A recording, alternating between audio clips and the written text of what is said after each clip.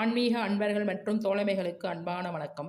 நாம் இந்த ஆன்மீக பதிவு சேனலில் தொடர்ந்து பல பதிவுகளை பார்த்துக்கிட்டு இருக்கோம். அதில் நாம் இன்று பார்க்கக்கூடிய பதிவு பங்குனி உத்திரத்தினுடைய சிறப்பு.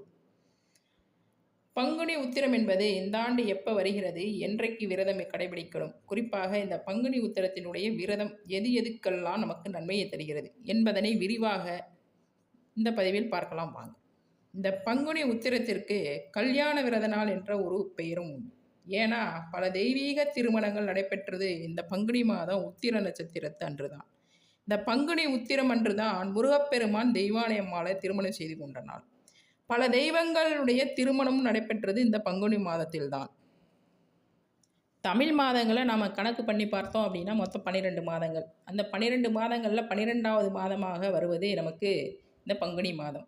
அதே போல் நட்சத்திரங்களில் 12வது நட்சத்திரமாக நமக்கு அமைந்திருக்கக்கூடியது உத்திரம் நட்சத்திரம். அதை தொடர்ந்து பௌர்ணமி. இது மூன்றும் சேர்ந்து வரக்கூடிய நாளை தான் நம்ம என்னன்னு சொல்கிறோம் அப்படின்னா பங்குனி உத்திரம் அப்படின்னு சொல்கிறோம். இந்த பங்குனி உத்திர நாளுக்குரிய சிறப்பு இதுதான். இந்த பங்குனி உத்திர நாள் ரொம்ப சிறப்பு வாய்ந்த நாள் என்று சொல்கிறோம். எதனால் அப்படின்னா முருகப்பெருமானுடைய தொடர்பு பட்டு இருக்கக்கூடிய நாள். பொதுவாக ஒவ்வொரு நட்சத்திரத்துக்கும் ஒவ்வொரு சிறப்பு பலன் உண்டு. அதில் இந்த உத்திர நட்சத்திரத்திற்கு மிக மிக சிறப்பு வாய்ந்த நட்சத்திரம் அப்படின்னு சொல்லலாம். ஏன்னா மகாலட்சுமியினுடைய அவதார நட்சத்திரமாக அமைந்திருக்கக்கூடியது இந்த உத்திர நட்சத்திரம். இந்த நட்சத்திரத்திற்கு அதிபதி யாருன்னு பார்த்தீங்கன்னா சூரிய பகவான். சூரிய பகவானே ஒரு நட்சத்திரத்திற்கு அதிபதியாக இருப்பதனால அந்த நட்சத்திரம் மிகவும் சிறப்பிற்குரிய நட்சத்திரமாக சொல்லப்படுகிறது. இந்த நட்சத்திரத்திற்கு உரிய பெயரிலேயே எவ்வளவு சிறப்பு இருக்குது அப்படின்னு தெரியும். இந்த நட்சத்திரத்திற்கு பெயர் என்ன அப்படின்னா உத்திரம். உத்திரம் அப்படிங்கிறது பெயர் நாம் எந்த பொருளுக்கு வைத்திருப்போம் அப்படின்னு பார்த்தீங்கன்னா ஒரு கட்டிடத்தின் மேல் தளத்தை தாங்கக்கூடிய அந்த இடத்தை உத்திரம் அப்படின்னு சொல்லுவோம். முன்னாடிலாம் ஒரு வீடை கட்டணும் அப்படின்னா அதை மரத்தில் நல்லா ஸ்ட்ராங்காக நல்லா வலிமையான மரமான பனை மரம், தேக்கு மரம், வாகை இந்த மாதிரி வலிமையான மரங்களை பயன்படுத்தி மேலே உத்திரமானது அமைக்கப்பட்டிருக்கும். ஒரு கட்டிடத்தின் தாங்கக்கூடிய தன்மையை பெற்று அதை பாதுகாக்கக்கூடியது எது அப்படின்னா உத்திரம். அதனால தான் இந்த உத்திர நட்சத்திரக்காரங்களை ஒரு சிறப்பாகவே சொல்லுவாங்க பெரியவர்கள். ஏன்னா ஒரு குடும்பத்தை பொறுப்போடு தாங்கி கொண்டு, ஒரு குடும்பம் என்றால் பல சுமைகள் இருக்கும். அந்த பல சுமைகளை சந்தோஷமாக தாங்கி கொண்டு மகிழ்வோடு ஏற்றுக்கொண்டு மிக சிறப்பாக அந்த குடும்பத்தை வழிநடத்தி காப்பாற்றுகிற ஒரு தன்மை யாருக்கு இருக்கும் அப்படின்னா இந்த உத்திர நட்சத்திரக்காரர்களுக்கு கண்டிப்பாக இருக்கும் அப்படின்னு சொல்லுவாங்க. அப்படி சிறப்பு பெற்ற அந்த உத்திரம் என்கின்ற நட்சத்திரம் 12வது நட்சத்திரம். இந்த நட்சத்திரம் சூரியனோடு தொடர்பு பட்டு இருக்கும் காரணத்தினாலே இந்த நட்சத்திரத்தன்று நாம் முருகப்பெருமானை வழிபாடு செய்தோம் அப்படி என்றால் அரசு சம்பந்தப்பட்ட எல்லா நன்மைகளும் உண்டாகும். பொதுவாக நிறைய பேர் அரசாங்க வேலை வேணும், அரசாங்கத்தில் ஒரு செய்ய போகிறோம், ஆனால் அந்த வேலைக்கு விண்ணப்பிச்சிருக்கோம், இதுவரைக்கும் எந்த ஒரு பதிலுமே கிடைக்கல. அரசு வேலை கிடைக்க நாங்கள் என்ன பண்ணணும் அப்படின்னா பொதுவாக அரசு வேலை சம்பந்தப்பட்ட அனைத்துமே சூரிய பகவானோடு தொடர்பு பட்டது.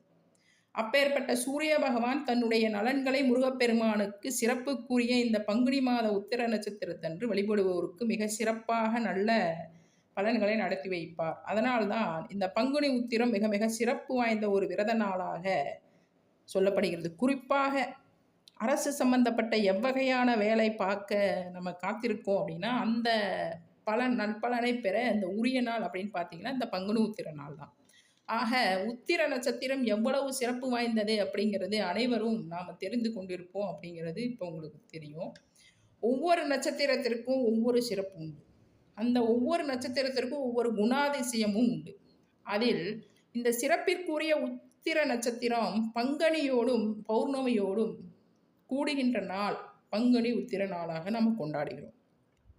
இதற்கு எவ்வாறு நாம் விரதம் இருப்பது, அதாவது திருமணமாக வேண்டும் என்று நினைப்பவர்கள் இந்த நாளில் ஆண்களோ பெண்களோ விரதம் இருந்து வழிபாடு செய்து கொள்ளலாம். இப்போ எனக்கு அரசாங்க வேலைக்காக நான் விண்ணப்பித்திருக்கேன் அப்படின்னா இந்த நாளில் தாராளமாக விரதம் இருக்கலாம். ஏற்கனவே கல்யாணம்லாம் ஆயிடுச்சுங்க, குடும்ப வாழ்க்கையில் நிறைய பிரச்சனை, வாழ்க்கையில் ஒரு முன்னேற்றம் இல்லை, வாழ்க்கையில் ஒரு உயர்வு கிடைக்க மாட்டேங்குது, எந்த வேலை செய்தாலும் நிலையான வேலையாக அமைய மாட்டேங்குது, இந்த மாதிரி வாழ்க்கையில் முன்னேறுவதில் பிரச்சனை இருப்பவர்களும் முருகப்பெருமானை விரதம் இருந்து வழிபாடு பண்ணலாம். குழந்தை வேண்டும் என்று நினைப்பவர்களும் இந்த நாளில் விரதம் இருந்து வழிபாடு பண்ணலாம். ஆக பங்குனி உத்திரம் என்பது இவ்வளவு சிறப்புக்குரிய நலன்களை நமக்கு தரக்கூடிய நாளாகும். எனவே முருகப்பெருமானை இந்த நாளில் நம்ம வழிபாடு பண்ணலாம்.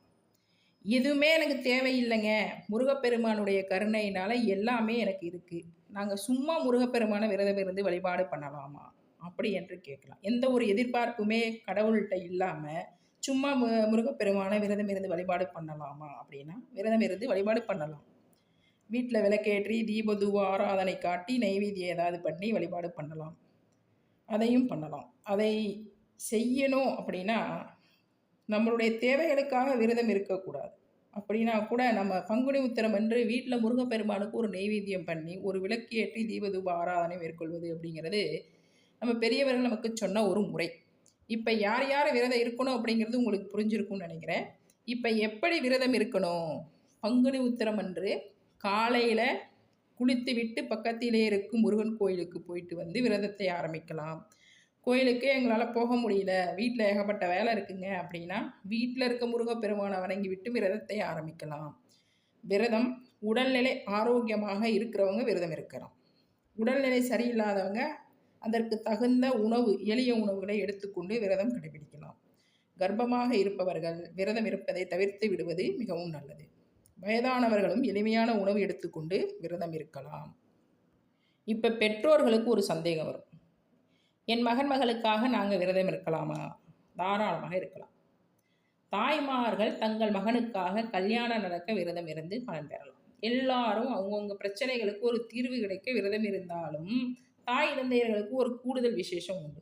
தங்கள் மகன் மகளுக்காக விரைவில் திருமணம் ஆகணும், படிக்கணும், நல்ல குழந்தை பிறக்கணும், நல்ல வேலை கிடைக்கணும் அப்படின்னு நாம் கடவுள்கிட்ட வேண்டிக்கலாம். அதற்கு முருகப்பெருமான் செவி சாய்ப்பார். அதனால் பெற்றோர்கள் கவலையே படாதீங்க. பிள்ளைங்களுக்காக முடிஞ்ச வரை சொல்லுங்கள், அவங்கள விரதம் இருக்க சொல்லி. அவங்களுக்கு நேரம் இல்லை, சூழ்நிலை சரியில்லை அப்படின்னா நீங்களே விரதம் இருந்து எல்லாம் வல்ல முருகப்பெருமானர்களை பெறலாம். இந்த விரதத்தை எப்போ நிறைவு செய்யணும் அப்படின்னு பார்த்தீங்கன்னா மாலை 6 மணிக்கு மேல் இறைவனுக்கு விளக்கேற்றி தீபம் தூபம் ஏற்றி ஆராதனை பண்ணி விரதத்தை பூர்த்தி செய்து கொள்ளலாம். ஆக விரதம் யார் யார் இருக்கணும், எப்படி இருக்கணும் அப்படிங்கிறத பார்த்தோம். என்றைக்கு இந்த பங்குனி உத்திரம் விரதம் கடைபிடிக்க வேண்டிய நேரம் பார்க்கலாம் வாங்க. இந்த ஆண்டு பங்குனி உத்திரம் 11/4/2025, அதாவது ஏப்ரல் மாதம் 11ஆம் தேதி பங்குனி மாதம் 28ஆம் தேதி வெள்ளிக்கிழமை பங்குனி உத்திரம் வருகிறது. இந்த வெள்ளிக்கிழமை பங்குனி உத்திரம் முருகப்பெருமானை வழிபாடு பண்ணினோம் அப்படின்னா ரொம்ப விசேஷமான பலனை நமக்கு கொடுக்கும். பொதுவாக அம்பாளுக்கு தான் விசேஷமாக வெள்ளிக்கிழமை சொல்லுவோம். அம்பாளுக்கு பிரியமான பையன் யார் அப்படின்னா முருகப்பெருமான். பார்வதி பிரிய நந்தனாய நமக என்ற நாமமே இருக்கு. அதனால அம்பாளுக்கு விசேஷமான வெள்ளிக்கிழமையில அம்பாளுடன் முருகப்பெருமானையும் இந்த பங்குனி உத்திர நாள் நம்ம வழிபாடு பண்ணணும் அப்படின்னா எல்லாம் வல்ல அம்பாளுடன் முருகப்பெருமானுடைய அருள் நமக்கு பரிபூர்ணமாக கிடைக்கும். அனைவரும் இந்த விரதத்தை கடைபிடித்து எல்லாம் வல்ல முருகப்பெருமான் மற்றும் அம்பாளின் அருளை பெற வேண்டும் என்று வேண்டி விரும்பி கேட்டுக்கொண்டு உங்கள் அனைவருக்கும் நன்றியையும் வணக்கத்தையும் தெரிவித்துக் கொள்கிறேன். இதுவரையிலும் ஆன்மீக பதிவு சேனலை சப்ஸ்கிரைப் பண்ணலை அப்படின்னா தயவுசெய்து பண்ணிக்கோங்க. உங்களுக்கு மறுபடியும் நன்றியை தெரிவித்துக் கொள்கிறேன். வணக்கம்.